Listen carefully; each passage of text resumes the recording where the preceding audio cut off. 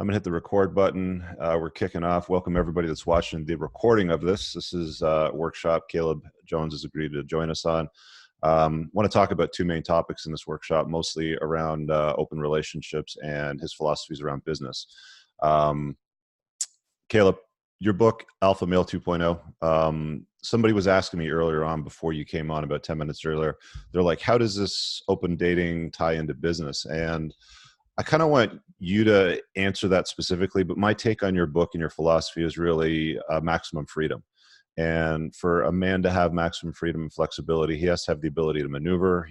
He should be able to live and move anywhere he wants. He should have income coming from multiple sources, preferably in a recurring fashion. And the same thing ties into women as well. Your philosophy essentially is not to put all your eggs in one basket and to kind of spread it out, which is what's behind the open dating. But I want to hear kind of how your philosophy around business and women kind of tie in together.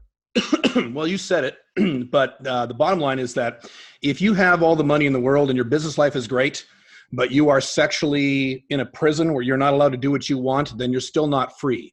You're partially free. I get questions. A guy asked me a while back about, do you consider Mark Zuckerberg free? Mm-hmm. And I said, I consider him financially free in that he could stop working tomorrow and he'd be fine. But he's married, and he's married to a very strong woman. I'm pretty sure it's monogamous. So is he really free completely? No, he's not. So it's not that it has anything to do with business. It's the overall, you already said it, the overall concept of long-term maximum happiness for a man can only be achieved for most men, not all men, there are exceptions, by having the maximum amount of freedom you can have in your life. And that applies to the two cores of that are business and finance and money, and dating and women and sex and relationships. And health is a big part of that too, especially when you get over 35. What was the catalyst? What was the thing that drew you to the conclusion that you're no longer going to be monogamous with women and you're no longer going to tie yourself down to one organization as a source of income? Let's see. Those are two different things. So the financial part of it was when I realized when I had one company and I had a lot of business tied up in one or two client accounts. This is back when I was a computer consultant. I realized that I wasn't free regardless of how much money I made, because if I lost that business, I'd be screwed.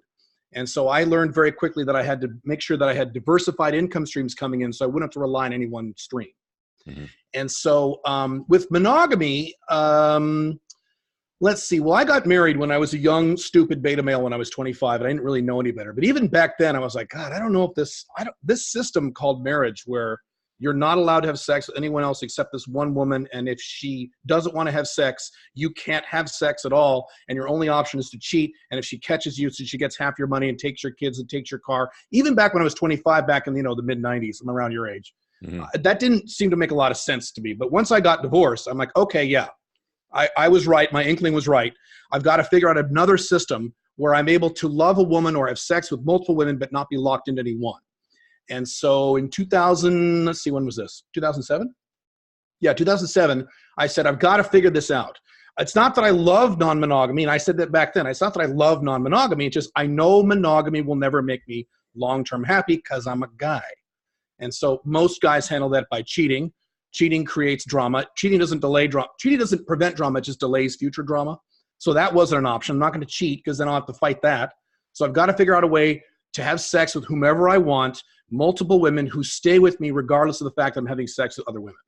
Mm-hmm. And that was around 2007-ish or so. So that was maybe a few years after I came to that conclusion regarding the business stuff. Okay. Did I answer your question? Does that make sense? Yeah. And the big question that I have for you that creates a little bit of fogginess for me. And I'm going to do like a flip side of this coin with Rollo in a couple of months. We've got another workshop lined up where I want to talk to him about dealing with drama, manufactured indignation in an LTR, because he's been married for 23 years. Yeah. So obviously, if you're dating multiple women simultaneously, there's always going to be some amount of drama. Women bring drama to your life. It's just inevitable. It always comes with them. It's like, it's just there. What is it that you do to manage that? How do you manage it specifically? Big question. I'll try to summarize as best I can. And if I start going off topic, then correct me. First of all, drama is only inevitable if the relationship is very serious. So there's a bunch of terms I use. I'll try to keep the terms to a minimum, but you've got 3 types of non-monogamous relationships. You have FB, which is casual. You have MLTR, which is dating but not serious. And then you have OLTR, which is dating and very serious. That's like your girlfriend or your wife. Mm. You don't need any drama. Assuming you structure your relationships correctly, you don't need any drama. And I virtually have none in terms of FB or MLTR relationships. You don't need any. You really don't. You have to structure your relationships a little differently than what is typically taught and what you might be used to, but you don't need any. You can literally have near zero drama in any given year of your life if all you have are FBs and MLTRs, even serious MLTRs. Now, once you get to OLTR, which is what I've got now, I'm married, I have an OLTR marriage. Yes, you're going to have some drama, especially if you live with a woman like I do. You're going to have to put up with 10, 15% of some level of drama on a when I say regular basis, and not a consistent basis. And so if you're asking about how to handle drama, possible drama in an FB or MLTR scenario, that's one answer. If you're talking about handling drama in an OLTR scenario, that's a different answer. Did you want me to address? Yeah. Okay. Dive into both of them, please. Yeah. Sorry, so the first one, real fast. Caleb, you've got a little bit of a different definition of drama than a lot of people necessarily use. Could you clarify? True, I do.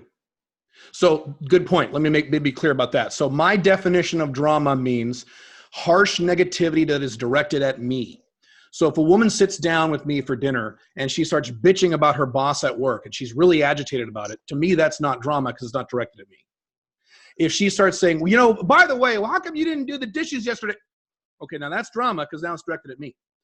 It has to be harsh too. So if a woman, especially if it's an MLTR or FB, and she lies to me, maybe I saw on Instagram that she was hooking up with some guy over the weekend, and I say, so did you have fun this weekend? Oh no, I stayed home all day. I didn't do anything. It's negativity because it's dishonesty, but it's not harsh, so I don't care. Plus, I'm non-monogamous. Plus, it's an FB MLTR. I don't care what she does. So, good point. That's my definition of drama. There are other guys who are very touchy about this and say that if a woman complains or bitches about literally anything in my presence when I'm in the room, even if it has nothing to do with me, I consider that drama, and I don't. And so that would be one reason why I can say I have very little drama, because my definition is probably more narrow than a lot of other men. That's probably fair to say. But good point. So let's see, where was I? Oh, so drama management with an FB or MLTR. First thing is I define a very strong EFA, which means early frame announcement. It's a term I stole from the pickup artists. And that is my very strong verbal and nonverbal conveyance, if that's a word, to a woman about who I am and who I am not. So when I first start dating a woman, OLTR is not an option. It's either an FB or MLTR. And I don't act like a boyfriend. I don't do the things that trigger betaization and drama from women. So I don't call her every day. I don't spend 3 or 4 days a week with her. I don't take her out to fancy dates. I don't do the things that would trigger this desire of, oh, this is my boyfriend or boyfriendish relationship. Therefore, I am now comfortable to create drama and give this guy drama. I never get there unless she becomes an OLTR, which is a different story, but that's very rare. I've had that happen, I think, twice in my entire life. I don't fall in love very easily. So that's the first thing. Second thing is, if I get any drama, which does happen occasionally, can happen, I have a procedure called soft nexting. And I'll summarize the procedure. It's very powerful. It works very well, but it's unlike anything men have been trained to do. And that is, if a woman starts bitching at you, so my definition of drama, she starts giving you negativity directly, you immediately end the conversation. You can maybe give her one warning, maybe depending on the nature of the relationship, and you actually leave. You get your keys, you get your coat, and you drive away. And you don't answer the phone, and you don't respond to any texts, and you don't respond to her voicemails. Ideally, don't even listen to her voicemails. And then you define a nexting period anywhere from 24 hours to about 7 days where you ignore all contact. What do you do if she's at your house? So if she's at your house, you have several options. One thing is you can ask her, do you want me to take you home? And often she'll say, yeah, I want you to take me home. If she says, no, then you can tell her, well, I don't do this, so you can end this now or I can take you home. And I've had both of those scenarios and they both worked. So knock it off then, basically, is what you're saying. What's that? So what you're saying is basically like knock it off, right? Knock it off. Yes. Now, I don't say knock it off because Alpha 2.0, my philosophy is I don't tell women what to do because they can't tell me what to do. So I just tell women what I'm going to do. Got it. You can do whatever you want. I'm telling you what I'm going to do. I'm going to leave. I'm not going to spend time with you if you want to behave this way. Instead of the alpha male 1.0 model, which would be, you better stop this. When you're around me, you better act like this and this and this and this, or I'm going to be pissed off. I don't do that. I instead say, you can act any way you want. You could be as big as bitch as you'd like to be, and that's perfectly fine. But I have to make a judgment call about who I spend my time with because I only have a certain amount of time. Let's see, where was I? Soft nexting. So then you resume the relationship after the soft nexting period.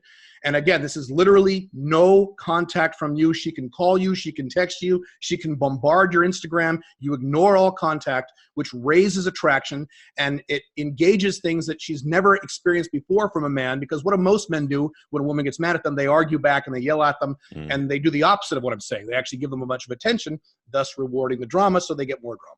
Yeah. So once you do that and you resume the relationship again, you will be shocked. And when guys do this the first time, assuming they do it correctly, I get emails all the time how shocked, like, oh my God, she is the nicest, sweetest woman I've ever met in my life now. What a fucking turnaround. Yeah, that's what happens when you take this away from women.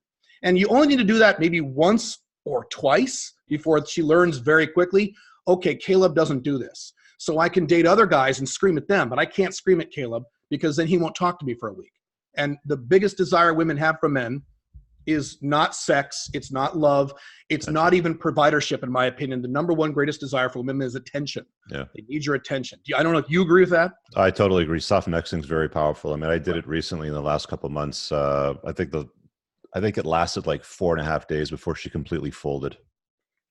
Especially when it's the first time, because no other man has ever done this. And they're shocked. They cry. They freak out. But it's only the first time. They then learn. Women are very smart about this stuff. They learn very quickly where the parameters are, and you set those parameters. So let me see. That is drama management in terms of FBs and MLTRs. So OLTR, if you have an OLTR, and there's two kinds. There's standard OLTR, which is your girlfriend. So that means you are non-monogamous, but you are emotionally exclusive. So you can't date other women. You can't fall in love with other women. You can't catch feelings for other women. You can't spend the night with other women. You can have sex with other women, but you can't, but that's all you can do. In an OLTR, the tolerance level for your drama needs to be a little higher, because the assumption for an OLTR is that this is a long-term relationship. You cannot make the expectation of a woman that she will literally never give you drama. That is not how women work. So if you want a long-term regular woman in your life, you're going to have to expect some. Not a lot like most men get, but some. Primarily also because in an OLTR, under my model, you're allowed to see her more than once a week. And so if you see a woman more often, you're going to get a little more drama. But again, you got to keep your frame in terms of not getting one-itis, not treating her like, oh my God, I'll do whatever you want. Please don't break up with me. For example, I'm married, so I live with her, and I love her. She's amazing. She's the greatest things ever, not the greatest things ever happened to me, but she's up there. But she knows if there's a problem, I will end the marriage, and I will do it tomorrow morning, despite the fact that I love her, and I love her more than any other woman I've ever loved. So you love the woman without getting one-itis, which again is very hard for men. But once you learn how to do this and you practice with your FBs and MLTRs, it gets easier with the OLTR. And I could go into more detail about dealing with drama when you live with a woman. That gets really complicated. But so there's 4 levels. There's FB, MLTR, there's OLTR, and then there's live with the woman as an OLTR marriage. And drama is 4 levels, 3 levels. So you're living with a woman now, you're married. My version of marriage. Your version of marriage. How's that working out for you? Because generally speaking, when a woman moves in, things change, usually not for the better, often for the worse. Mm-hmm. How's that working out for you? Like, how have you managed that?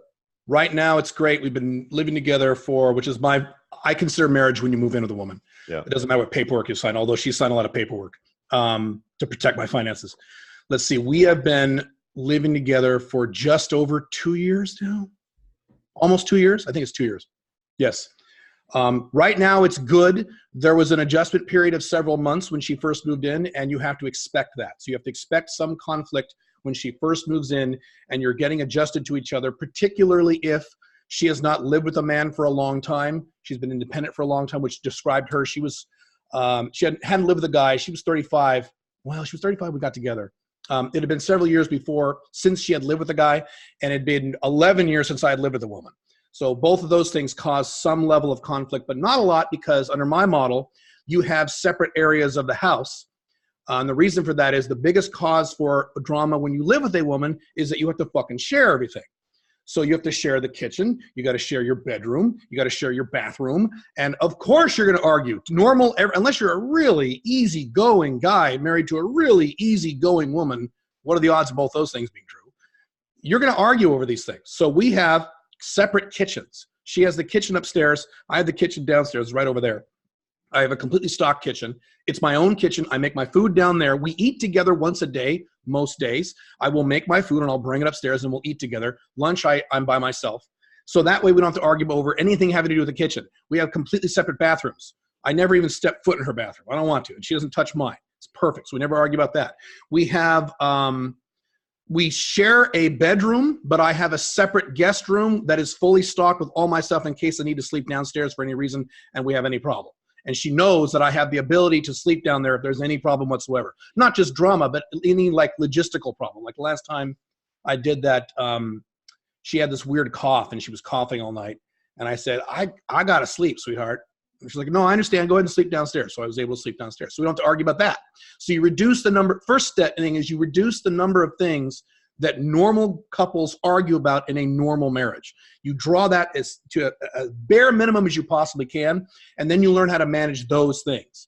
And I mean, that's a big topic. Most of that is about communication because of the way women communicate versus the way men communicate.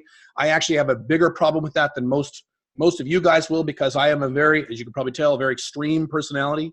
And she is also a very extreme personality. So we are extreme opposites. So we've really had to work on our communication over the last, not really so much anymore, but the first few months we had to work pretty hard. We started seeing a marital counselor as soon as she moved in, not because there were problems, but to prevent problems. That's another thing I did. So the last time I was married as a beta male, I didn't go seek marital counseling until things were really bad and way too late. So this time around I said, all right, I'm going to sit down with an expert. We had to go through 2 different counselors to find this person.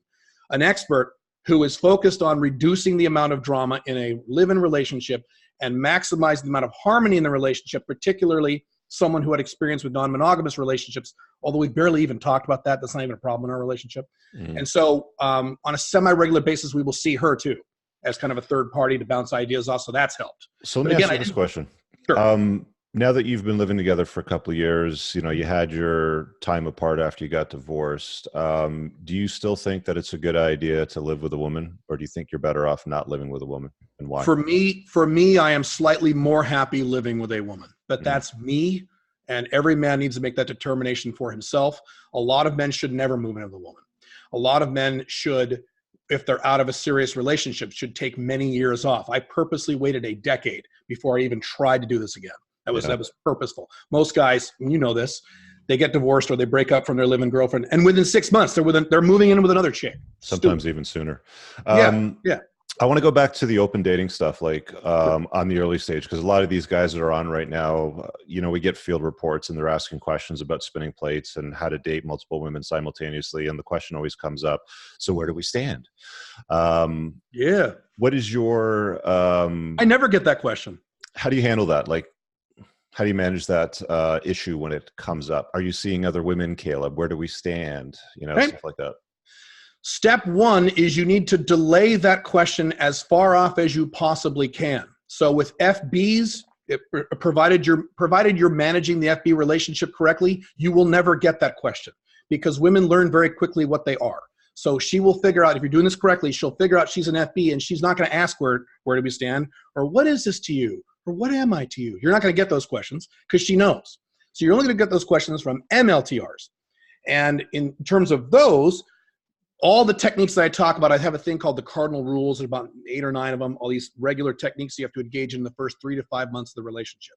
And that pushes out that question as long as you can. And I've tracked this on spreadsheets, both with my results and other guys. The longer you can push out that question, the easier it is to handle that question because her attraction and commitment to you has grown. If she asks that question within 3 weeks, you're in big trouble and you probably fucked it up. If you're asked that question 4 months down the road, great, you're doing much better. In terms of how to handle that question. So step 1 again is delay the question as far as you can. That's step 1. And the better you get at that, the less damage that question causes you. So that's step 1. Step 2 is you defer answering that question for as long as you can. See the recurring theme here. So when you get the question, if it is before 3 months, and that's kind of the line that I draw, If it is before 3 months, your answer should be one of two things. Either it's a very nice version of, we've only been together a month. There's a little soon for that question, don't you think? Something like that, where you just refuse to answer it. Or you blow it off in a sarcastic way. You're like, oh, what are you? Well, you're my hooker. You just blow it off and make something silly. Depends on the type of relationship you have. Depends on your personality. That kind of thing. What's that? Agree and amplify. Yes, correct. Agree and amplify. I've done that a lot. I'm a sarcastic guy, though. If you're not a really sarcastic person, then maybe that wouldn't work. Then you would just be more clear and say, this is not the time to talk about that. Let's talk about that later. Are you kidding? Come on. We've been together 6 weeks. Or don't even say together. We've been seeing each other for like 6 weeks. This is a little too soon for this question, don't you think, sweetheart? And then let's say it's, I don't know, let's say it's 6 or 10 months down the road, and you've got to get to the point like, hey, I don't believe in monogamy. This is the way that I roll. Usually that's how it starts to go. But I mean, they usually protest for one of two reasons. It's either I don't want to share you, and I heard your argument back on that, which is like, well, pretty much every guy has cheated on you in the past, yeah. Right. And then the second argument is, well, STDs, right? Like even condoms, Caleb, are not going to completely prevent you from getting STDs. So those are usually the two main arguments. How do you usually handle those? So that is part of the talk. I call it the talk with a capital T, and there's a whole sequence to that. And when as soon as you start saying, I am non-monogamous, this is how I am, you immediately roll into, there's 4 of them. I think it's 4 or 5. There's the 4 excuses, and you say them before she does. And so the first thing you say is, I am not going to have other women plastered all over my Instagram page. I'm going to be discreet about this. Number 2, I'm going to use condoms exclusively when I'm not having sex with you. I'm going to use condoms. Number 3, what's number 3? What? Oh, you're going to, geez, I'm drawing a blank here. It's been so long since I've given this talk. I got to think about my own techniques. Condoms. I'm going to be private about this. What's the other one? Because you're right. Those are the 2 things. They don't want to share you is usually the other argument too, right? They don't want to share you. Okay. So on that aspect, you have a choice. When you give this talk, you have to know in your head if you believe that she qualifies or possibly will qualify for OLTR. Because if she's an OLTR, there is no sharing emotionally. There's no sharing. And so the reason that my wife puts up with this is she knows I'm not going to date anybody else. So she's not sharing me emotionally, which is the priority most women have when they really calm down and think about this. When you have sex with some bimbo, and you can say it like that, this is not sharing in the way that you're talking about, sweetheart. This is just sex. You've had meaningless sex too, right, sweetheart? You've had sex with a guy where you really didn't give a shit about him and didn't really care about him at all. And if you never saw him again, you wouldn't care. But you still enjoyed the sex, right? I go, well, So you just kind of compare it to what does sharing mean. Sharing, the implication of sharing is that I have to share you with other women in terms of being serious. If you believe that she might be an OLTR, you can tell her this. You can say, you know what, you and you are special to me, and I envision a long-term future with you.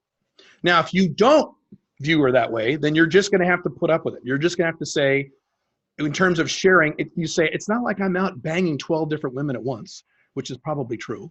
It's not, you don't want to, she's painting the worst possible picture. You need to bring the picture down to what you're really doing, or at least lessen it. It's not like I'm out banging, 18-year-olds left and right. It's not like I'm at work hooking up with the secretary. I'm a guy, I'm a business owner, I'm busy, I have these goals, I have that goals. If you have kids, say you have kids. If you are an older guy, give her your age, that kind of thing. You just portray yourself a little more as a beta provider, just a little bit. I talk about 85-15. Mm-hmm. So you're 85% alpha, 15% beta. I call it provider versus, player provider. So you give her a little bit of that Disney, a little bit, as long as you're not lying. Please don't lie. But you give her a little segment of, I'm not some crazy maniac doing this. I'm doing this in a very specific system. And this is, again, in context of you're using condoms. You're going to be discreet. You're not going to go crazy, etc. How do you deal with the argument about condoms not protecting from all STDs? I wrote an entire article about this, about how it actually does. The odds are 2%. I have a thing called the 2% rule, where if it's less than 2%, I don't care. Mm-hmm. And so if a woman actually says that, I think I've had maybe 2 women bring that up. I think I've had 2 women say that. I'll say, please give me an example of someone you know who got AIDS while they wore a condom. Please give me an example of someone you personally know who got chlamydia while they were wearing a condom, and you're sure they were wearing a condom. Mm-hmm. And they'll kind of go, So now that's the first thing. The second thing is, and this may or may not work depending on the woman. It depends how intelligent she is and how logical she is. You can give her statistics, and this is dangerous because you don't want to use logic on women in these topics, but this is dangerous. There are statistics about how monogamous people in many studies are actually more at risk for STDs than non-monogamous people, because monogamous people, when they cheat, never use condoms, or virtually never. They're not careful about this at all, and I would know because I've slept with a lot of women who have monogamous boyfriends. They don't give a shit, and men are even worse than women about this. Whereas when you are non-monogamous, you have a strong, strong motivation to be very, very careful about this. Something else I tell her, oh, that's one of the things I forgot. I get, not anymore, but I used to historically before I moved in with her about 2 years ago. So I've been doing this for about 13 years. I get 3 STD tests a year. So every 4 months I go in and I get tested for absolutely everything under the sun, whether or not I think I need it. And I am happy to show the serious women in my life. I show them the results. Here you go. I'm being careful. And if there's a problem, I will know immediately. And I'll probably know who it's from because I get tested so often. These days I'm down to twice a year. I go about twice a year now. I mean, I'm still pretty careful, and I always will be. You can throw that at it too. All right. I'm going to open it up to everybody else for some questions in just a moment. One burning question that will come up obviously is, how do you reconcile, like, you're living with your girlfriend, your wife, you've been together for 2 years. You obviously have feelings for her, you love her. Mm-hmm. How do you reconcile her getting gorilla fucked by a guy like Adonis right there with his cool ass mustache and hair, to getting choke slammed into the bed, balls deep, while she's crying like a little banshee? It's great. No, just kidding. That's the big excuse. There's 2 answers. Answer number 1 is, if a woman is younger, she's going to fuck other guys anyway. Young women, I've been with, let's see, more than 50% of the women that I have been with are under the age of 23. And the vast majority of those women were cheating on boyfriends when they were with me. It is almost virtually impossible for young, attractive women to be monogamous anyway. So if you're in a monogamous relationship with a young woman who is hot, it's statistically speaking, and I bet $5,000 on it, if the relationship lasts long enough, she will fuck another guy, or at least get sexual with another guy. It might take her a few months. Women are very loyal during the first few months of a relationship. It's called NRE, New Relationship Energy. That's the only time where women are very sexually loyal to men. So it'll take her a few months, but she will. On the flip side, older women generally don't want to do it. And I'm speaking generally in both cases. In both cases, I'm making generalizations, but the generalizations are generally true. And I have stats to back this up from my own experiences, and other guys have done this. My wife is about to turn 40 in December. Do you think my wife has any inclination to go on Tinder and start banging dudes at 8 when she's a married woman and she's in her 40s? No, she doesn't care. The disadvantage of older women, but it's an advantage in this scenario, is that their ASD increases. It really spikes out. It really hits hard about age 33. It keeps going up into their 40s. The disadvantage of that is that it's harder to get to sex with older women very quickly. But the advantage for that is when you're in a serious, long-term, non-monogamous relationship with a woman who is well over age 33, the odds that she's going to want to fuck other guys, even when she knows you're fucking other women, are very low. And that's actually one of the reasons that when I was looking for someone to settle down with a few years ago, I wanted a woman who was about in her middle 30s, because I'd already experienced dating lots of younger women who were banging guys left and right when they were 20, 21, 22, 25. 35-year-old women, 45-year-old women, I mean, she's allowed to if she wants, but she doesn't because she doesn't want to. She's a woman in her 40s with sky-high ASD. She thinks that's inappropriate. Now, again, I'm making a generalization, but the generalization is true. That the bottom line for this is younger women will probably hook up with other guys anyway. Older women don't really care. That's my first answer. Second answer, and I could go on to this, but I'll just summarize it. I don't pursue non-monogamy as a lifestyle because it's perfect and because I love everything about it. I pursue non-monogamy as a lifestyle because long-term sexual monogamy doesn't work. And I can't utilize systems in my life that don't work. The only scenario under which sexual monogamy reliably works is when it's serial monogamy. So you're dating one girl for about a year, 2 years, maybe 3, and then you have a big breakup and you get a new girlfriend. And then you date her for about 2 years and you have a big breakup and you get a new girlfriend.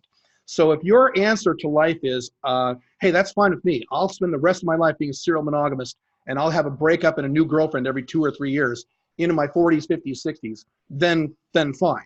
if you want something that is long-term, if you want a relationship, my objective for my marriage is to get to last 10 years. And beyond 10 years, I'll set another goal. But if I want something that'll last 10 years, I've got to be a little more realistic about what works in the real world and how real world human beings, myself included, men and women, both of us, actually work in the real world, instead of making up a Guy Disney traditional conservative fairy tale about, well, if I'm really alpha and she's a Christian and she's 22, then she'll never cheat and she'll never divorce me and she'll never get bored with me and she'll never stop sucking my dick because I'm an alpha male and I know what I'm doing. If that reality was true, you'd see millions and millions and millions of men successfully doing those types of marriages, and I don't. So that's the second answer, is I'm pursuing this system not because it's perfect, because it's the only system that I know of that works long-term, instead of monogamy where you're dealing with drama and or divorces and or breakups and or cheating. Yeah. Got it. All right. So floor is open. If you guys have a question, just unmute yourself and fire away. Sure, I'll put myself on the fire. What is your opinion of different things like the swinging community or the traditional polyamory community? So those are two different things. So swingers, and I'll define it, and if you disagree with my definition, let me know. Swinging means you are having sex with other couples as a couple. So you and your girlfriend or you and your wife go have sex with another couple as a couple, either as threesomes or foursomes or something very similar. Do you agree with that definition? Yeah, it's a pretty good definition. Okay.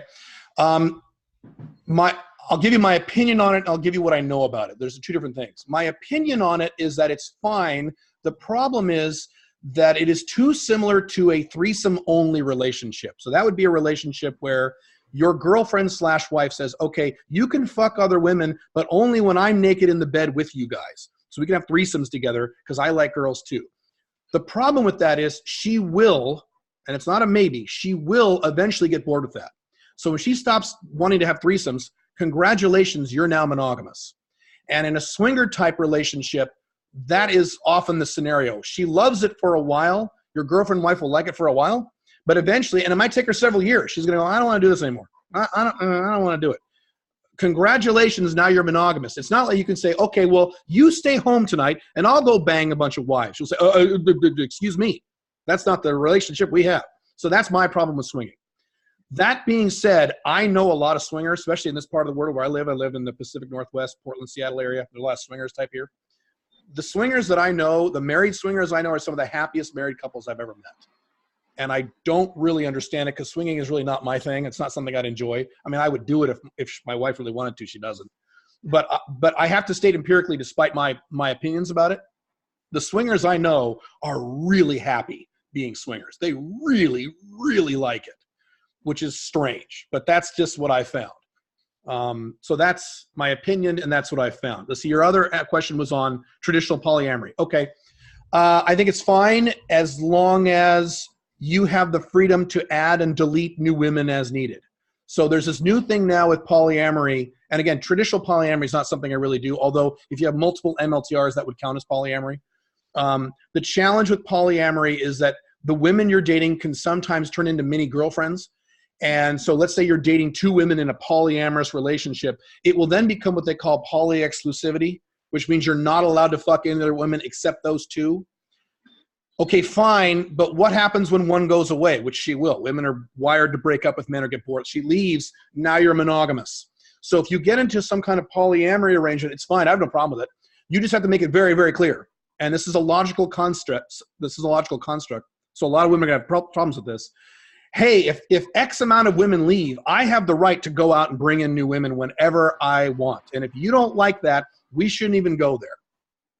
That's my thing about polyamory. As long as you're very clear about that, I have no problem with it. Does that answer your question, Ryan? Because I want to give it to Quentin because I know he's got to run. Yeah, absolutely. Thanks. Okay. Go ahead, Quentin. All right. Can you hear me? I can hear you. How are you doing? Okay. So let's put this in a hypothetical. I love hypothetical. Like situation. Okay. So hypothetically, like I'm in a situation like mid-30s, all this stuff. I exited a long-term relationship after 5 years back in January. I've never married, no kids. Good. Nothing like that. Then I run in a situation where I meet a lady. Like I was, dating do the spinning plates things, like we all like to say. Yep. And no, I actually found. Well, I did not found. She kind of found me. Type one, chase excellence, don't chase women, right? Right. So Correct. So in a situation where that you're starting 4, 5, 6 months into a relationship and stuff with a woman, say you're I with see trouble coming ahead. well, actually, Right? no. No. Like when you're vetting a woman, and you see all these problems, like the drama and the the red flags and everything like that. Yeah. But hypothetically, if you're in a situation where you're dating somebody and stuff, and come to find out, like you're dating somebody that's A psycho? dating a woman that was professionally oriented, college educated, Okay. all career oriented, this and Okay. that, never had a relationship longer than 6 months, Yeah, that's not and good. That's not good. also a virgin. How old is this woman? This hypothetical woman? The same age as myself. Holy shit. Well, that's your biggest challenge, is that she's a virgin. I mean, other things can be mitigated, but anyway. But speaking of which, like I was talking to Richard earlier in this conversation, like I was having like ED problems due to a lot of other health issues and stuff like that. Like what happens in that situation? Like there's like, what's like, the specific problem? The specific problem That is she's a virgin? Is that the problem? Oh, well, that's not the problem. Okay. But there's absolutely actually no problem at all. But it's just like, where do you lie onto that stance where we're talking about, and how you're discussing like, okay, open relationships and long term. Is this a monogamous relationship, or is this an open relationship? This has become a monogamous relationship. Okay. So so I still don't understand what your question is. Your question So the question is like I said, it's kind of a monkey wrench in the whole situation. Like what do you do as a guy in my situation, where you find somebody that's like, okay, like you need to make a decision. No, I understand. You need to make a decision as to what your ideal relationship looks like. And ideally, you should have done that before now, but if you haven't, that's fine. You need to sit down, and ideally, you should do this on paper or on a laptop or something. You write out my perfect relationship, not the relationship my mom wants me to have, not the relationship I see in movies, not the relationship my needy needs from my childhood need. Me. What is the perfect relationship for me? What exactly would that look like? How would she? And what the relationship would be. So another thing is like with the red pill community and everything. I've been following like I've read all the books, like Rose, and I've been following Richard for a long time, and like I go way back to like AskMen.com in the late 90s. Oh, me too. Early 2000s, like David D'Angelo and Doc Love, and like I've been following that since I was a teenager. So but what? But like with a woman like this, the traditional, like you would say, the traditional skill set that we've learned over the last 20 years don't really apply to the situation.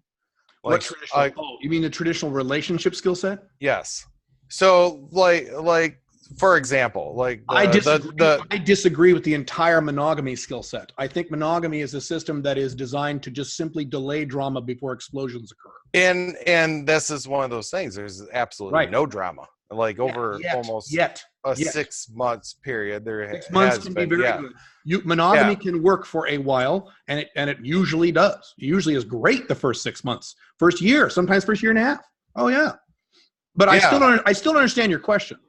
I don't think you have a problem. I just think it's a different situation than most men. Well, especially myself, like I said, my entire life in dating and being through all these situations. It goes back to what I said. You need to stop and figure out exactly what you want. And my guess based on what you're saying is you have not completely decided exactly what you, not with her necessarily, what you want in an ideal relationship for you. And once you have that in your head, and ideally in writing, because I always do this myself, I always have this stuff in writing, then if this relationship's like this, but I want my relationship to be like this, well, we have a problem. either she needs to go or I need to work on moving her closely over here if that's possible, and sometimes it isn't. Here's what I'm hearing. Hold on a sec. Let me just hop in here, because here's what I'm hearing. I'm hearing I have this special unicorn and she shits rainbows and butterflies, and I can't apply No, not Caleb's, necessarily though. Caleb's rules, or I can't apply the red pill philosophies that I've learned. It seems to me like you want to carve out some kind of exception for this. It's like, I always say that men are masters of complicating their lives and the justifying why they do it. Yeah, exactly. And I'm wondering what it is that the problem is. Like, I'm kind of at the same spot as Caleb. It's like, what is this fog of war that we need to lift? What is this, like, if I have a magic wand and I can wave it to solve your problem, to answer it, what does that look like? So what specifically are you trying to solve? So you usually, when you're in these situations, usually when I'm dating these women or even in a long-term relationship, like, you have those key indications of attractive, attractiveness, like, towards you. Mm-hmm. So, like, they really want to spend time with you, blah blah blah. They're like needy, or like they want to spend their time with you. When you're and what? And when you're dating somebody like this, which doesn't bother me, like, it's just a different situation. It's like, I'm not used to in the dating field of having a woman that's like just perfectly comfortable, like sitting around watching, like, you need whatever, to define the ideal relationship for you and start moving in that direction with her. And if she doesn't like it or she resists, you either stop seeing her or you do what I call a downgrade. And you move her from someone you're dating to someone you're just kind of having sex with. So yeah, I was kind of coaching my friend through a whole relationship where he said to me, and I think a lot of guys will relate to this. He said to me, he's like, obviously, well, this isn't me, but he said to me, he was like, well, now I feel like I'm a needy bitch. It's like, I feel like I'm needy, like I need the attraction and everything. He broke up with his girlfriend like a week or so ago, but at the same time, it's like, how often is it for a man and a woman to have a different dynamic in a relationship where a man's like, oh, I feel really needy? Because personally, I've never. That is the norm. Men are very needy. Men are more needy than women. So I don't feel like in that sort of concept. In a way, it's just I'm not used to a relationship. You just need clarity. I don't think you have clarity. I think you need clarity about what you want. I don't think you're there yet. I think you're unclear about what you want. Because if you were very clear, I don't think you'd be asking these questions. Yeah, that's my opinion. That's my opinion. I like it. It sounds a lot like Quentin, like you're kind of pedestalizing this virgin unicorn, professional, awesome chick that's so chill she just sits there and doesn't break your balls. You guys don't live together, right? No, definitely not. Yeah. So how many times a week do you see her? 2-3 times. Yeah, you've got a girlfriend basically that you don't live with, right? And she's on her best behavior right now. So enjoy it. But like Caleb said, you want to get clear on what a longer term relationship looks like, whether you want to do it monogamously or not, right? But isn't that kind of different, like with the law, like the whole attraction thing? Usually women are my past relationships. No, it's not different. So here's my interpretation of his estimation of the sexual marketplace is maximum freedom, minimum drama, ability to do what you want when you want without any consequences, right? So I'm actually getting what I want. Well, technically speaking, like I get what I want. Like, this is different from the whole. So if you went from a blue pill perspective to a red pill, and all of a sudden that you get from dating women that are constantly like driving you in, texting you all the time, wanting to be with you and everything, and then switching over to a relationship of like, yeah, we hang out on Tuesday and we do this and whatever. I think there's a general question for men, like when you go on to that. Clear on what the general question is. Like, what are you trying to articulate here? Because we're burning through time. Like, not to be an asshole, but we're burning through time. Oh no, I get it. Yeah, so I wanted to use him, as much as possible on his specialty, but I haven't got clarity on what it is that you're looking for clarity on. So when you get to that point, when you cross over like blue pill, red pill mentality and everything, and then you start dating these certain type of women that aren't up your ass all the time, Like, is that a good thing? Is that the progressive way to go into? If that's what you want, if that's what you desire, if you set boundaries around it and that makes you happy. I mean, like I've been doing, like I started out spinning plates for like a good period of time, and then I just kind of got bored with dealing with all the bullshit. The cream, rose to the top, and I've been in a non-cohabitating LTR for the last, I don't know, like 4 or 5 years now, practically in total. It's great. I mean, I rarely have any drama, and I have certain boundaries and certain areas that I won't go into or lean into. Am I banging other women in an open fashion? No, right? Because that's not what I'm able to do right now. I've got limitations on me. I'm not an alpha male 2.0. So this is actually what I want to hear. Like how you actually feel about that.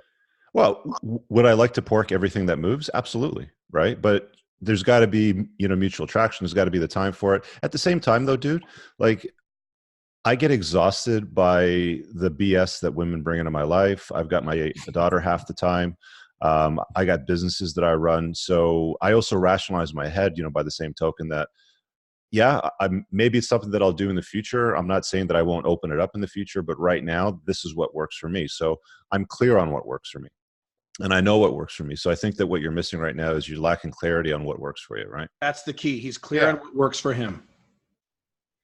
Yeah, it's going through the normal, like I said, like almost a blue pill mindset to going. Yeah, you're kind of red pill. Yeah, I mean, like you're kind of reverting back to like this rationalization in your head where you're pedestalizing her because she's so perfect in so many areas and ticks off so many big boxes for you. But I mean, like the bigger questions that you have in your head is your own personal health and where is this going in the future? You've only been dating her for 6 months. She doesn't break your balls. Cool. Just, create a lot more clarity on leaning out into the future a lot more and how you're going to run that relationship. And that segues into the business sort of thing. Okay, so you have a business question for him too? Yeah. So also, and Caleb.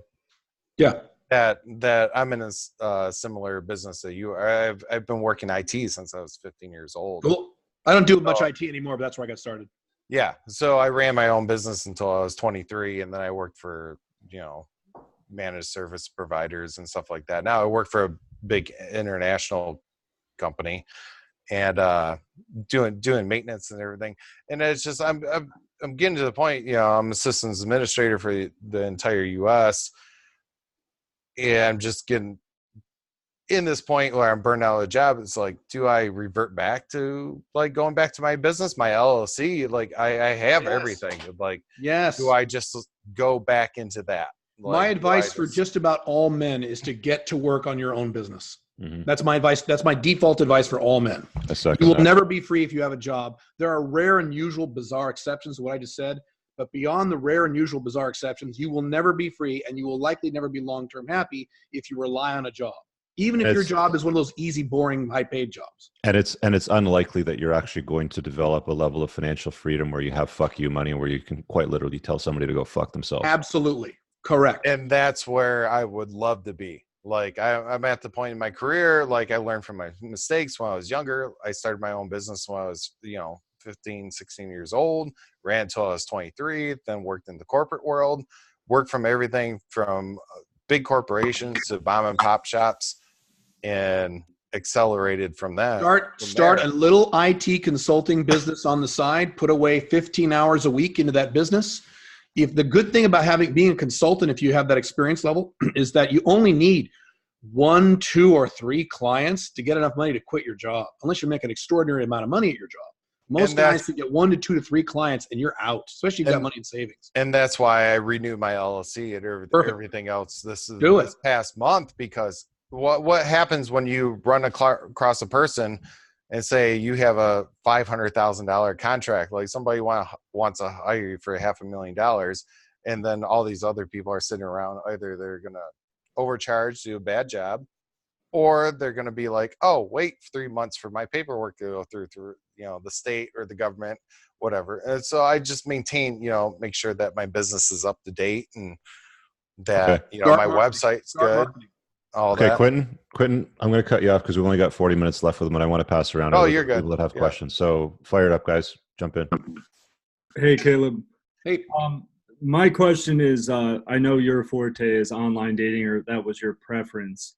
From more or less, yeah. what I've read. So I've done both. I'm fairly new at dating and spinning plates. And with my experience, with online dating, I'm 42. I usually pull 40-year-old single moms, some late 30s. And then I get matches with online dating with like 20-year-olds, but it always flakes out. But if I go to the club or bars is what I prefer, I have no problem talking to them, and I can pull 20-year-olds. And the youngest I've gone is 24, and I do well in that. I also like approaching because you have more balls when you do it, as opposed to being behind a screen. I agree with everything you said so far. So my question and problem is, it also has to do with the attraction factor. I feel like with online dating, I pull older women, which I'm fine with, but they're 6s and 7s. Mm-hmm. And I can pull 20-year-olds in person with going to a bar, for instance. Mm-hmm. And your question is, how can you pull younger women using online? Yep, because it is a pain in the ass to go to bars all the time. I agree. Yeah, I agree. And I have this kind of schedule. It just wouldn't work for me. I also have a personality where that wouldn't work. But that's impressive that you can do that, and that's going to make first dates online a lot easier. So I don't have to teach you how to do a first date. You probably know what to do and what not to do. Yeah. I have followed a model for many years now regarding much younger. I wrote a whole book about it, Ultimate Younger Woman Manual. But it's about low response rate online dating with younger women. So the rule of thumb is pretty much what you just said, but I'll add to it. When you're our age, I'm 47. When you're our age, I'm talking about online dating now. You can get to dates with women our age much more quickly and much easily. You're right. You can probably fill your calendar with 20 women in their 40s tomorrow. You're right. The problem is it takes longer to get to sex with those women because there's more ASD and there's more demands for those women. With younger women, it's the exact opposite with online dating. Your response rates are going to be very low. My response rates with younger women average, when it's standard normal online dating, they average around 2%, sometimes 3%, sometimes even lower than that. But the good news is, as soon as you get a younger woman onto that first date, your odds of getting laid are really high. And it happens really fast because she's already overcome the thing about, oh my God, he's older. Oh my God, I'm nervous. And she has no ASD. A 19-year-old girl has virtually zero ASD. A 45-year-old woman has a shitload of ASD. Yeah. So the model you follow for online dating in terms of younger women is that you assume in advance, and yeah, it's a pain in the ass, that your response rates in terms of getting interest and getting dates scheduled with much younger women are very, very low. 1%, 2%, 3%. If you're very lucky, 4 or 5%. And you make that work. And the reason you can make that work is you only need one or two, at least I do, 1 or 2 dates to get laid with a much younger woman instead of needing 3 or 4 or 5 dates to get laid with a woman your age. Does that make sense? So the lower response rate is not a detriment to your results as long as you don't mind the hassle of lots of swipes, lots of openers and things like that, which is part of the model. So that's one answer to your question. Another answer to your question is, I don't know how much money you make. If you make a decent amount of money and you got a decent net worth and you don't have a lot of debt and you're reasonably busy, you can look at sugar daddy game if you want. Some guys hate that. Some guys like it. I do a mix of both at my age because I'm busy. I run 3 companies and I'm old and I don't care. And that's new just in the last few years. So that's another option. Then you're right. Then you're in. You just schedule dates and you're in. But it costs a little money. So those are the 2 options you've got in terms of online. So the main thing about online in terms of standard online dating is you just get emotionally comfortable with a lot of rejection when it comes to much younger women. And then as soon as you get 1 or 2 dates scheduled on the calendar that actually happen, it's really, as you know, it's really easy. It's shockingly easy. Yeah. It's amazing. It's an amazing difference between a first date with a woman who's 20 versus a first date with a woman who's 43. It's an entirely different experience. You could be having sex within 45 minutes with the 20-year-old. The 45-year-old, she's going to want date 1, date 2, date 3, take me out to dinner. I'm exaggerating and I'm generalizing, but that's generally the truth. But I don't know if did I answer your question? That does, but my experience, and it's limited, is by date 2 or 3 with the 40-year-olds, I seal the deal. With Good. They're flaking like crazy. The younger women are flaking like crazy? Mm-hmm. Correct. So I get tired because Like we'll go on a date in an hour. Oh, I got to go somewhere. And it's like, all right. You know, like. Right. So my dating model is 1 hour first dates anyway. And I build the flaking factor into my model. So I assume that 18-year-olds, 20-year-olds, 20 are going to be flaky. Yeah.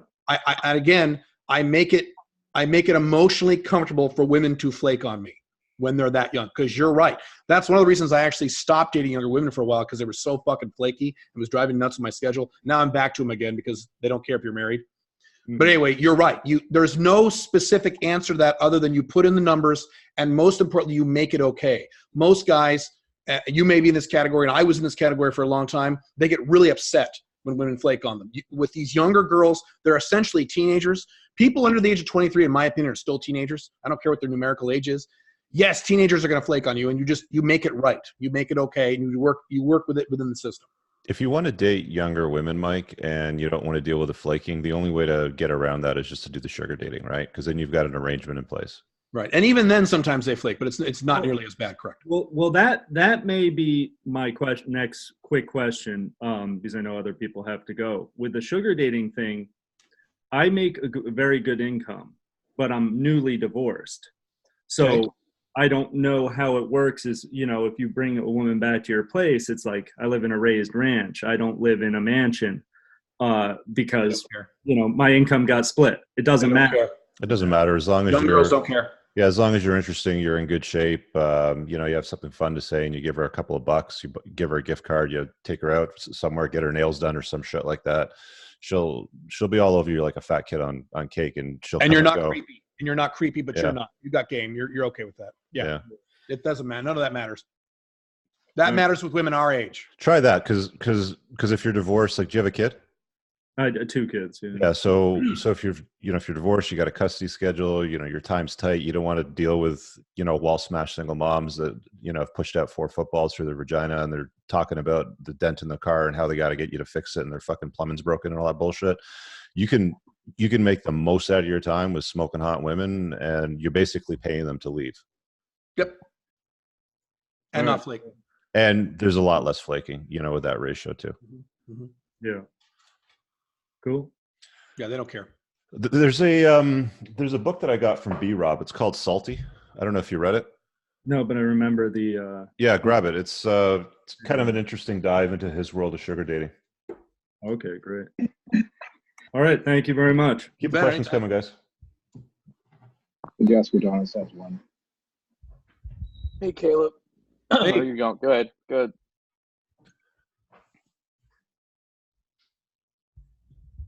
Adonis, you got a question? Yeah. I wasn't sure if he was going first. You just muted yourself. Like you guys, I have my own business and 2 kids, parenting schedule, and all that stuff. My question to Caleb is, how do you format your life or your week? Because I got up to 3, and it sucked a lot of my time. 3 women? Yeah. Just spinning 3 plates, just because, you know, running my practice and stuff like that, and the other stuff. Right. How I started to look at it is, you know, how do you format, like, you know, your schedule?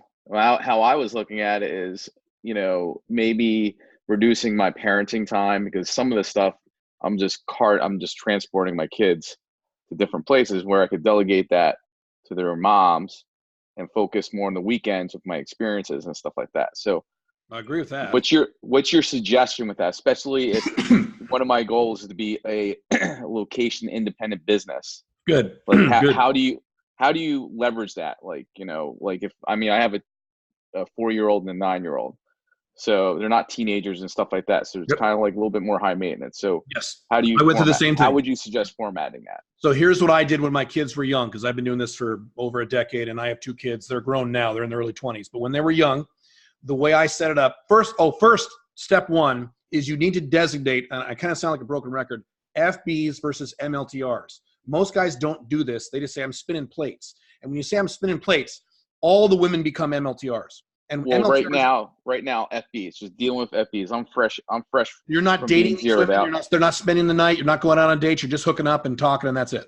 Yeah, I'm basically doing your 2 to 3 date format. 1 hour for the first date, and then No, I'm talking about once they're dating you. Once they're in your life, you're not going on dates anymore. They're just No. coming over and having sex and they're leaving. That's it. Yeah, or going over their house. That's it. Okay, good. All right, then you cover that base. Awesome. But Awesome. that becomes like exhausting with scheduling and Well, that shouldn't be if they're all FBs. If you're just going over there for an hour or two and then coming right back home, that shouldn't. Now, if you're spending 5 hours over there, the big thing is like it's during the week, and then like so here's what I used to do. Okay, so to that point, here's what I did. It worked very well for me. Yeah, because I gotta get up at 5:30 a.m. in order to work out. I had the same problem. I designated weekends as dad time. So my kids, so Saturdays and Sundays were always time for my kids. Every week, I saw them every weekend. My kids are very important to me, so I saw them every weekend, and that was sacrosanct. No woman gets into my weekends. That's dad time with my kids. So then I designated. I looked at so now I got Monday through Friday. I usually designated Mondays and Tuesdays as dating time, and Wednesdays, Thursdays, Fridays as existing women time. So my FBs and MLTRs, that's the other thing I did is, like you, I kept it mostly to FBs, and MLTRs were the exceptions. If you have 2 or 3 MLTRs, you can do it, but my God, that takes a lot of time because MLTRs are much more time consuming. With FBs, you can have 2, 3, 4 FBs. As long as you're managing your time well and you're getting out of there quickly, you can actually fit that into a 4-day or 5-day a week schedule and keep the weekends set for your kids. That's what I did. Yeah, can you repeat that? So you Monday, Tuesdays was for dating, and then Thursday, Fridays for like was for maintenance, Mondays right? and Tuesdays were for new women dating, so first and second dates. Because I found those are good dates for that. Anyway, Fridays are bad for first and second dates because people have things to do. Saturdays are also kind of tough. So yes. So it was Saturday, Sunday, kids. Monday, Tuesday. This is generally how it worked. Monday, Tuesday was for any new women. So date 1, date 2, or date 3s. Yeah. And then the rest of the week is for existing FBs and MLTRs. Now, the point, in my opinion, this is just my opinion. The point is to get to the point where you have so many women on rotation, you don't need any new women.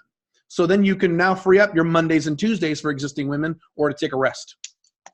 Because the objective is not to, assuming you're an older guy, maybe over 30, 35, the objective 45, is not to. Yeah. You're 45? Yeah. Okay, great. So in my opinion, this is just my opinion, the objective for guys our age is not to be banging new chicks every week. We got shit to do. My objective has always been, my objective has always been to get a very solid roster of recurring women so that I don't have to keep going out on first dates and going back to Tinder and all this good. I'm too busy for that shit.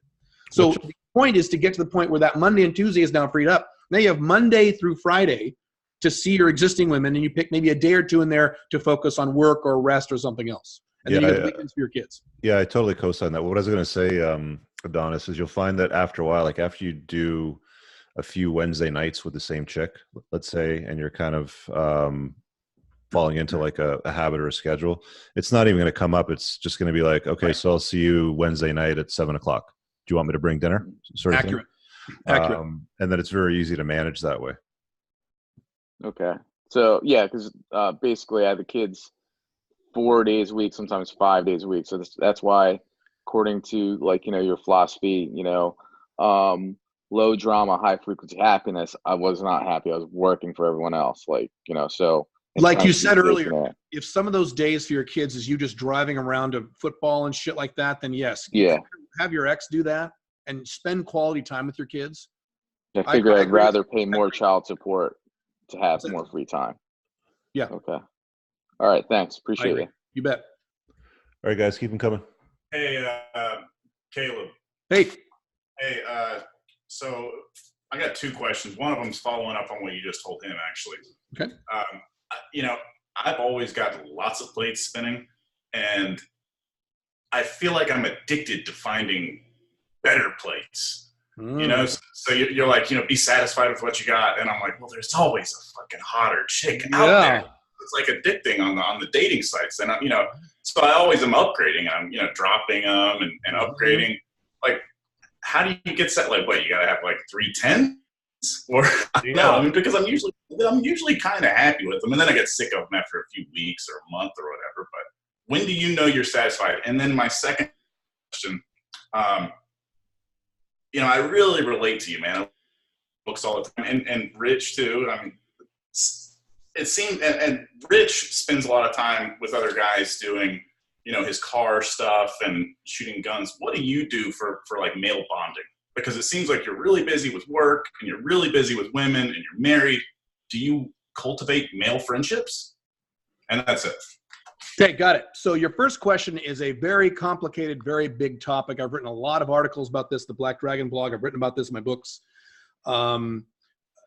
I'll try to summarize it as best I can. It's a very big topic. There are two kinds of men in my experience, and this is not a scientific view. This is just my view based on my observations of men doing this over the past decade or so.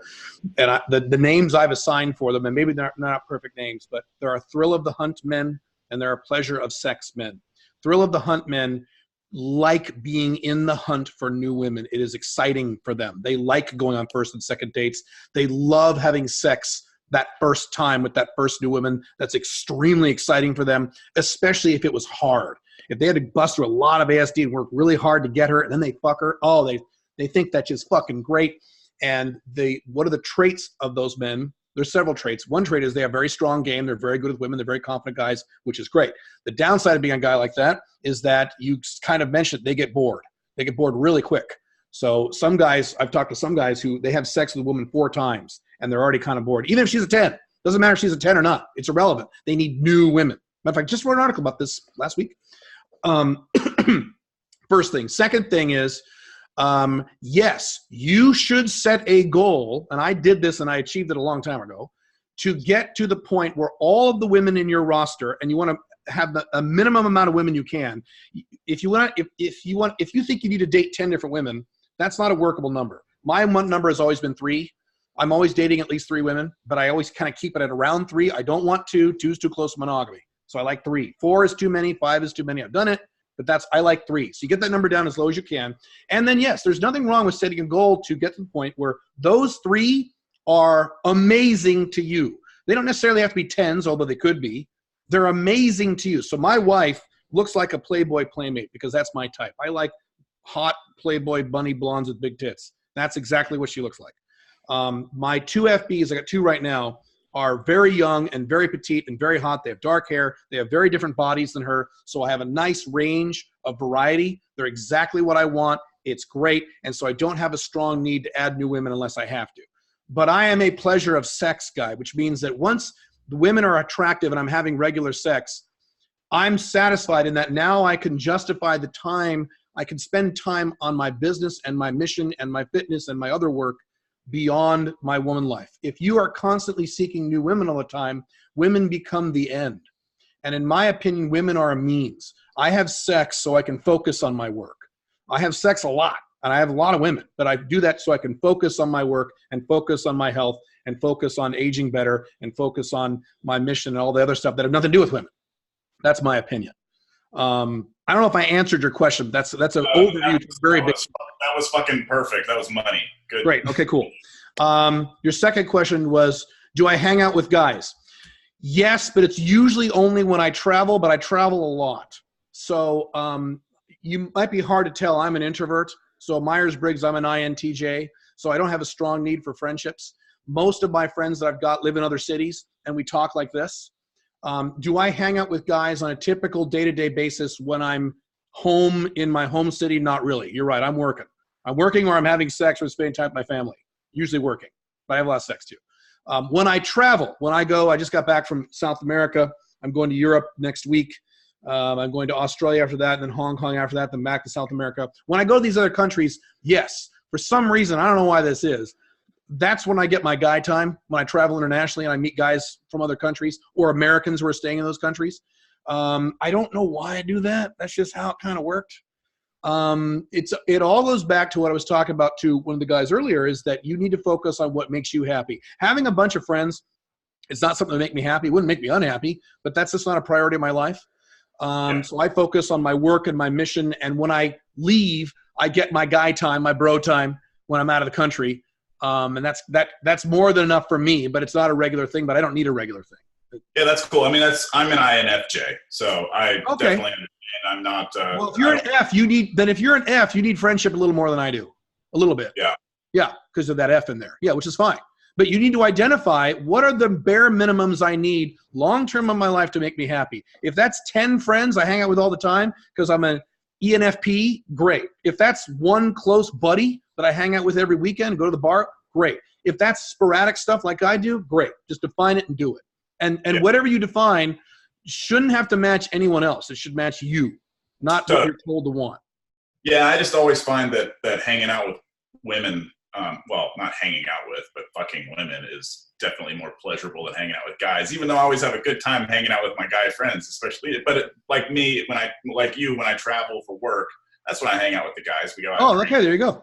Yeah, I think for guys like us, I think that's okay. Now, for a lot of guys, that would be terrible. They're like, I need friends, man. I need to hang out with guys. Women drive me nuts. I like having sex, but Jesus Christ, I got to hang out with my bros. Great, that's fine. Depends on the guy. So it sounds like you're doing what I'm doing, which is probably working for you. All right, cool. Thanks, man. Good question. All right, keep it moving. Who's up next? Hey, Caleb. Hey. Hey. I'm going to throw you a curveball here. Throw me a curveball. Do it. Okay, it's I'm 64 and I've been married for 35 years. Mm-hmm. Ain't no way I'm going to be an Alpha 2.0 in your model. So is there any way I can tweak your model to meet my needs for the next 20 years or so? What are your needs? Well, I'm going to retire in another 2 years, and I've got no issues. My wife is low maintenance, no drama, essentially, and good. She's a very good complement to my my scenario, and I've kept the frame for the whole time, so I'm doing pretty good. Personal questions now. How often do you have sex? Are you comfortable answering that? You don't have to. You don't want to. How many times a day? Really? Yeah. Okay. So that's not a. You answered about 80% of the question right there. That's great. So what aspect of my lifestyle appeals to you if you've got what you want now? Well, your happiness focus is kind of intriguing because I generally carry a black cloud around with me, and I'm in IT sales, so I'm a pre-sales engineer, and that's very depressing a lot of times because you're dealing with customers that are just, flaky in a lot of cases. I know exactly what you're talking about. Yes, I work with a lot of people like you. Yes, I know exactly what you're talking about. Yes. Yeah. What would you rate your average daily energy level beyond the aspect that you don't like your job? What would you rate your average daily energy level? 1 to 10. Probably about a 7.5. Okay. Would you be interested in starting a side business on the side and quitting your job and doing that part-time instead of retiring? Oh, yes, absolutely. I've talked to Richard once about 3D printing because that's an area I'm interested in. Fantastic. I have an industrial arts background, and I had 20 years in the military, and 10 of that is in R&D. So I've got a pretty good solid base to work with. The men that I look up to, there's a few of these guys now, my mentors are all in their 70s, and they work almost every day, and they love it. And they don't need to work. They got plenty of money. They're physically fit, at least for men in their 70s. They have a lot of energy like I do. And they love living, and they love what they do, and they don't need to do it because they don't have jobs. They have a business. And so that's the closest. You don't have to be to that level if you don't want to, but and I try to give advice if I woke up in your shoes. If I woke up in your shoes, I'm 64, I'm in a monogamous marriage that makes me very happy, but I hate my job. Monday morning, I'm working on a business. I'm mapping it out. If it's a consulting practice, if it's 3D printing, if it's anything, you're going to retire in 2 years. So you have the added extra benefit of not having to make that much money in order to retire maybe a little earlier, right? Because you've got retirement income coming in, or you will. Oh yeah, I've got military retirement. I've got that's right. I forgot. You're good to go. Were you in the military longer than 20 years? I'm sorry, you just said it. No, 20 years was it. So you got the good package at 20. Yeah, I got the 50%. Oh my God! Well then, shit, you can do whatever you want. Yeah, so you could start a business, and you can start the perfect business where you don't give a shit about how much money you make. That's the perfect business. And that was kind of where I was thinking, because I just need something to, take the edge off of the tax increases and the we're going to go on a cruise this month, and that kind of thing. Location independent business, so that now you can travel whenever the hell you want because you'll be retiring soon. That's even more important at your age. All that stuff. Start a location independent business. If you can do the 3D printing in a location independent fashion, you probably can. I would be jumping on that next week. Oh my God. Yeah. All right. That's it. That's your answer. That's it. Yeah. You're in really good shape. Hey, can I chime in for a minute? Good. I like to talk to them. Like, so I'm having a similar issue. I know you're a little bit older than me, and you've been in this business for a long time. It's the clientele is the issue, right? It's like having enough clients to properly. You don't need, if you're a consultant, you don't need very many clients. That's the beauty of being, if you're talking about consulting now and you price yourself, I have a whole consulting course. If you price out your consulting in terms of you don't use a dollars for hours model, you don't charge by the hour, you're charging strictly per project or based on the improvement or a retainer, you don't need a lot of clients to make a lot of money. I was making income by the time I was 27. Because that's beautiful. Yeah. And that's one of my questions, and I'm glad I spoke to you tonight because the reason why is most MSPs, managed service providers and stuff fails because they're charging $1 per hour. Like, you can't do that. You can't do that. And I made that mistake in my 20s. I got to 6 figures by the time I was 27, and so I could beat my chest a little bit, but I was working 70 hours a week. And by the time I was 30, it was destroying my life. You can't charge that. You can't charge by the hour. You can't do it. And I'm 33, and again, I ran my own business since the time I was 16 till I was 23, and then I started working for corporate America and everything else. But so how do you segue yourself into a like a baseline charge like that? Like, what do you actually charge for, and how do you structure that pricing? It's a big complicated thing. I will summarize it as best I can. You do what's called value-based pricing, and a good name for this is Alan Weiss, W-E-I-S-S. He started this concept. This is one of the guys I learned from. This Alan Weiss is a guy who makes over several $1 million a year working 20 hours a week out of his house with no employees. The way you do it is I'll summarize it very briefly. The way you do it is you sit down with the prospect and you say, what is the problem that I'm here to help you fix? And they'll give you that problem most likely because that's why you're sitting down. Then you say, how much money is that costing you per year? And he'll say, I don't know. You say, well, guess. If we fix this problem tomorrow, you wait 12 months. How much money will that make your company or save your company over the next 12 months? And he'll say, I don't know. Geez, about $1 million. Great. So it's going to say, so this is the problem. I'm going to help you solve this problem. When we solve this problem, you're going to make or save about $1 million. Does that sound right? Yes, that sounds right. Great. I'll get back to you in 24 hours. You go back to your office, you write up a quote, and you give them 3 options. And those options are based on $1 million a year improvement. So if he says, and I'm exaggerating, maybe it won't be $1 million. Maybe he'll say 200,000. I'll say $1 million just to make it fun. $1 million, you say, all right, option A, I will come in for the next 3 months and I will work with your staff and I will help you A, B, C, D to fix this problem. You will make $1 million. You pay me $45,000. That's option A. Option B, I will also do da-da-da-da-da. You will pay me $78,000. Option C, I will also do blah, blah, blah, blah, blah. To fix this problem, you pay me $120,000. So you pay me $120,000, you make $1 million. Who gets the better deal? You do. And that's your positioning. That's so that's what I was going over this past weekend of the restructuring my side business, my consulting business, is that, like, say the current company I work for, we have a location, I'll say whatever, Wisconsin. And I renegotiated prices in printing costs. Let's say like in printers, the managed printers. Like I renegotiated the whole contract to say $14,000 per year. Right. Their printing costs. Right. And it's like, well, do I segue my business into like doing the fiscal aspects? Like, okay, we're going to come in, we're going to fix your stuff and do this and this, or do I go in as a consultant and say, I can analyze your ISPs, your business, both. You let the prospect tell you what the problem is and where the pain is, and you make that decision whether or not you can help them with that. And the physical work you outsource. You hire peons to do that. I mean, I'm being mean. You hire qualified professionals. Yes. No. I completely agree with what you're saying. I've been drawing this line. But the answer with consulting is that's the problem with people who get into consulting. They do, well, I do this. No. You're there to solve clients' problems. You're there to improve clients' positions and improve their conditions. So you let them tell you where the pain point is. And if you don't want to do it, you can say in the scenario I just gave you, let's say they give you a problem, it's not a problem you can help with at all. You say, okay, what's your second biggest problem?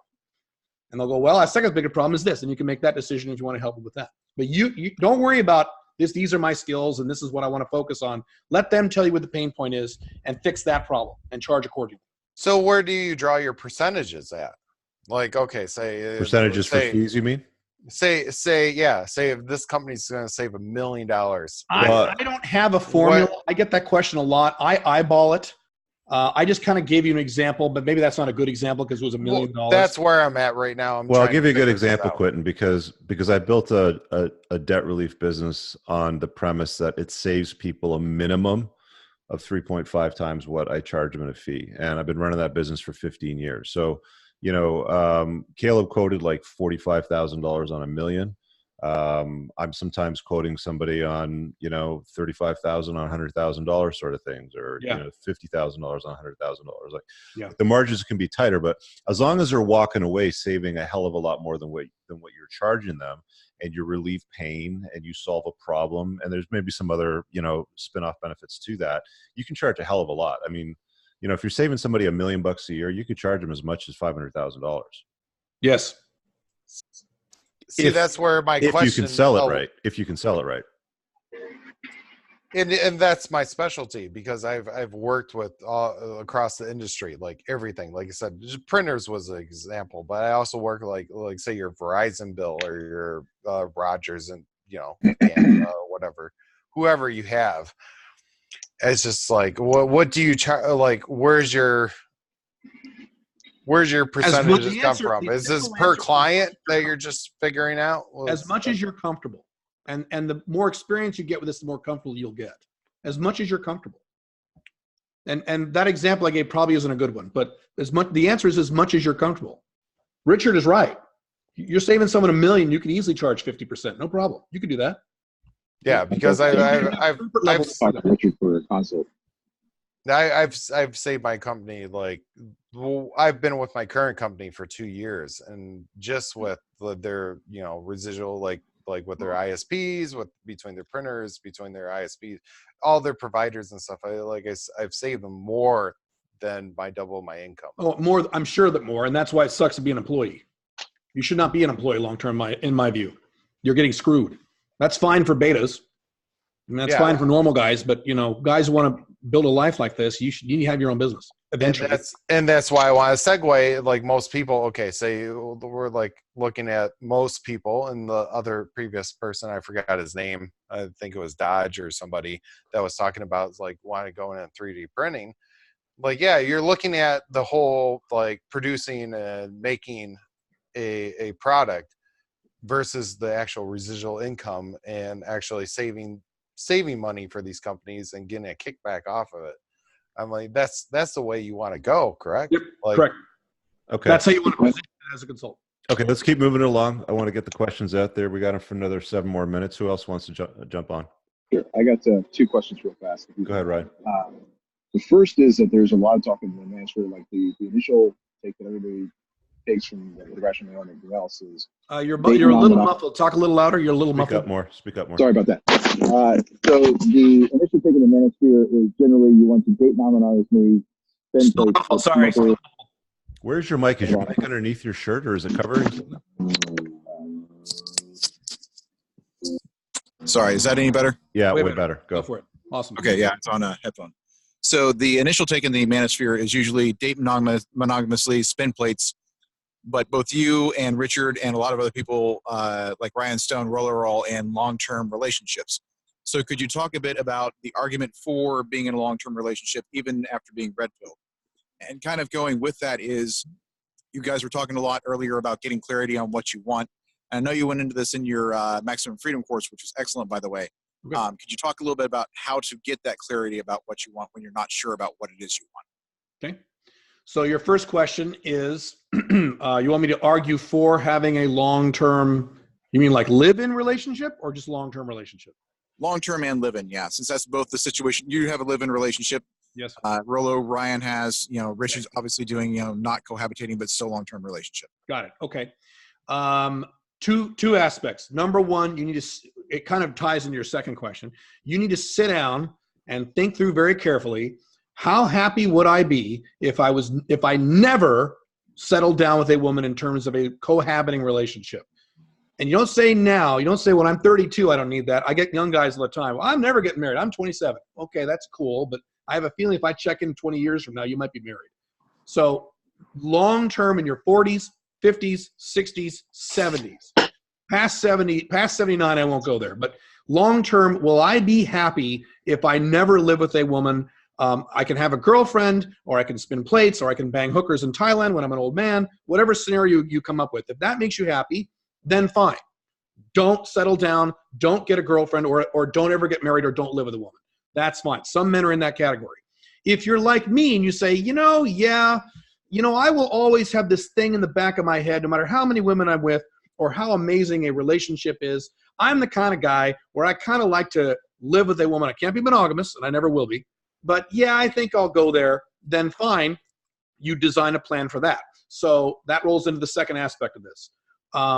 So the main answer is you don't do this unless it's right for you. And if it's not sure, you don't do it. So that's answer number one. Answer number two, if you have come to the conclusion that, yes, I want to eventually, at some point down the road of my life, live with a woman in some kind of long-term serious relationship, you need to adopt a model like mine. It doesn't have to be exactly mine, although I like mine the best. OLTR marriage, and that means two things. Number one, it's 100% non-monogamous. I can go have sex with any women I want, whenever I want, without having to check in with anyone, and I do every week. We actually have a shared calendar, and I put on the calendar FB, so she actually knows where I am. Now, I don't even have to do that. I just do that to be nice. But I can go do this whenever the hell I want. I'm not one of those guys who has to check in with their wives. Is it okay if I fuck so-and-so? I can do literally whatever I want, and you explain that to the woman before you start getting serious, which I did with my wife. I said, listen, I told a lot of things, but one of the things I said was, I am never going to be monogamous. I will marry you. I will love you. I will be committed to you. I'm going to spend the rest of my life with you, all true, but I will always be having sex with other women whenever I want, of any legal age I want, and I will be doing this for the rest of my life into my 80s. And if you're not cool with that, you need to break up with me immediately and go date someone else and go marry someone else. And the unspoken addition is marry another guy who will cheat on you. But I don't say that. I just think it. So that's the first aspect. Second aspect is 100% financial protection. So there are legal, logistical, financial, and international barriers between my money and her money. It is not a typical monogamous traditional marriage, which is what the more traditional conservative people in the red pill recommend. Are you insane? No. Getting married and not signing any type of prenuptial agreement, even prenuptial agreements don't work anymore. But getting married the traditional legal way in this era is one of the dumbest things men do. The real divorce rate is somewhere around 76%. She will take half your money. She will take your kids. She'll take your car. She'll take your house. It'll suck, and you'll be miserable for years. So I have a scenario where if there is a divorce, and I hope there isn't, someone I love very much, but if there isn't, I don't lose a single fucking penny.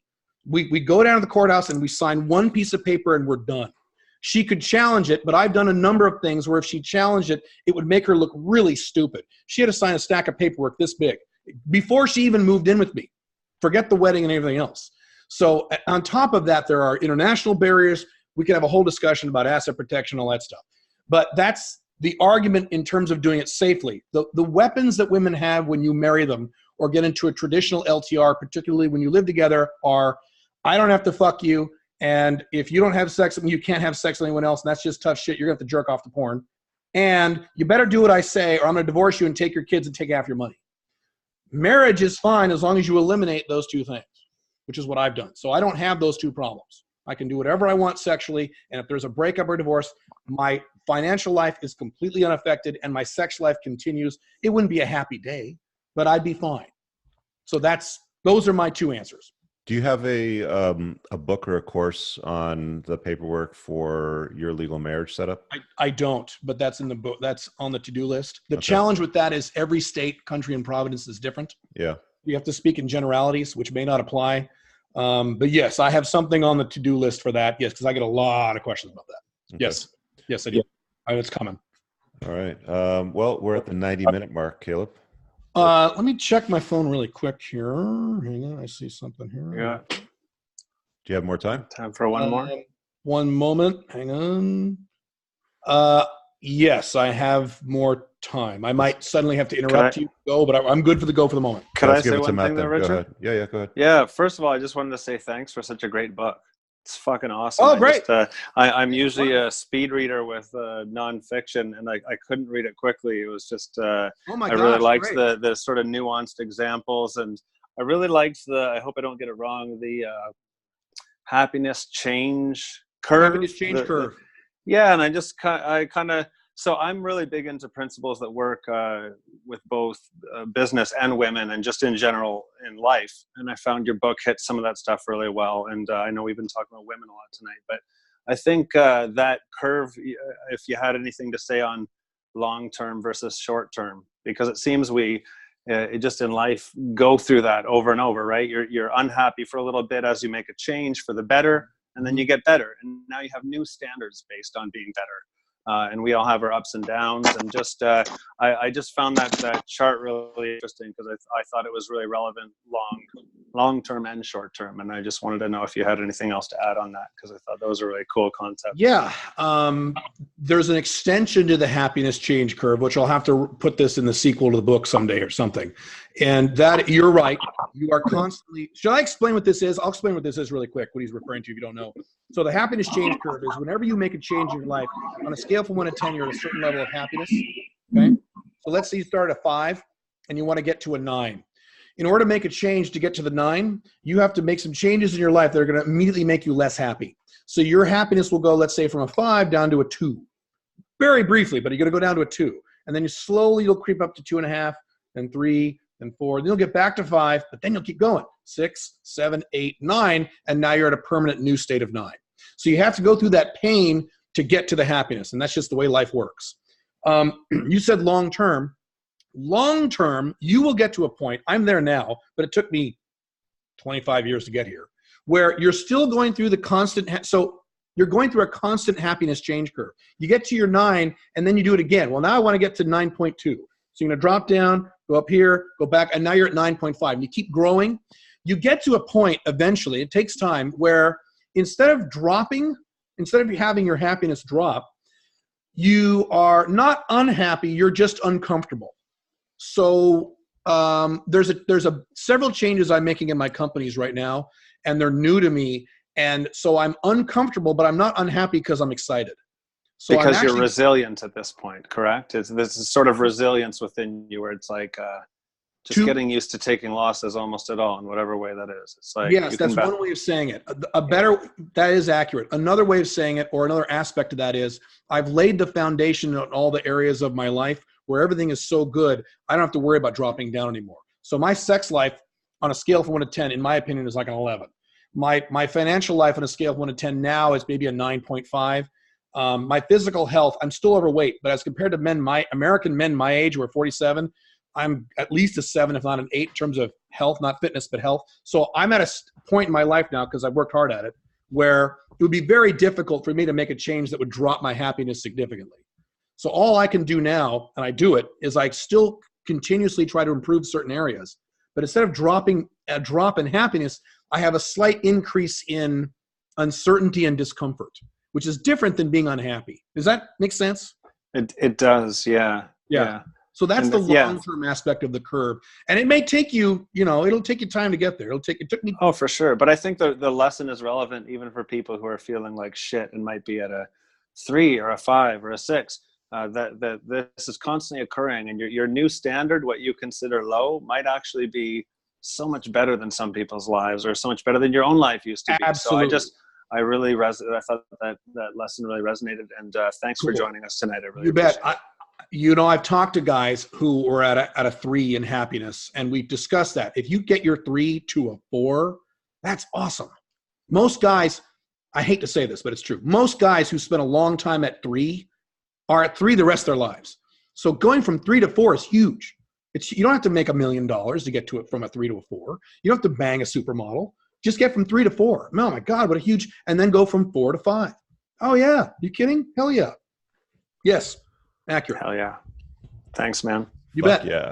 Fuck yeah, indeed. All right. Caleb, want to be respectful of your time. Thank you for joining us tonight. You bet. Black Dragon blog. He's got lots of great free content there. He's on YouTube now. I've subscribed to your channel, and I've seen some of the stuff you've been putting out. So is it Caleb Jones or is it Black Dragon? On YouTube, it's Caleb Jones. Caleb Jones. So subscribe to that. He's got tons of books out there. They're a little more expensive than what you'll find on Amazon, but they're worth the money. I did buy 1 or 2 of them. And if you haven't read Alpha Male 2.0 Unchained Man, start there. That's a very good intro to maximum freedom for men. It doesn't just talk about open dating, it talks about everything. So dive into it. I really hope you guys enjoyed tonight's broadcast. Again, Caleb, thank you very much. You bet. Anytime. All right. Thanks, guys.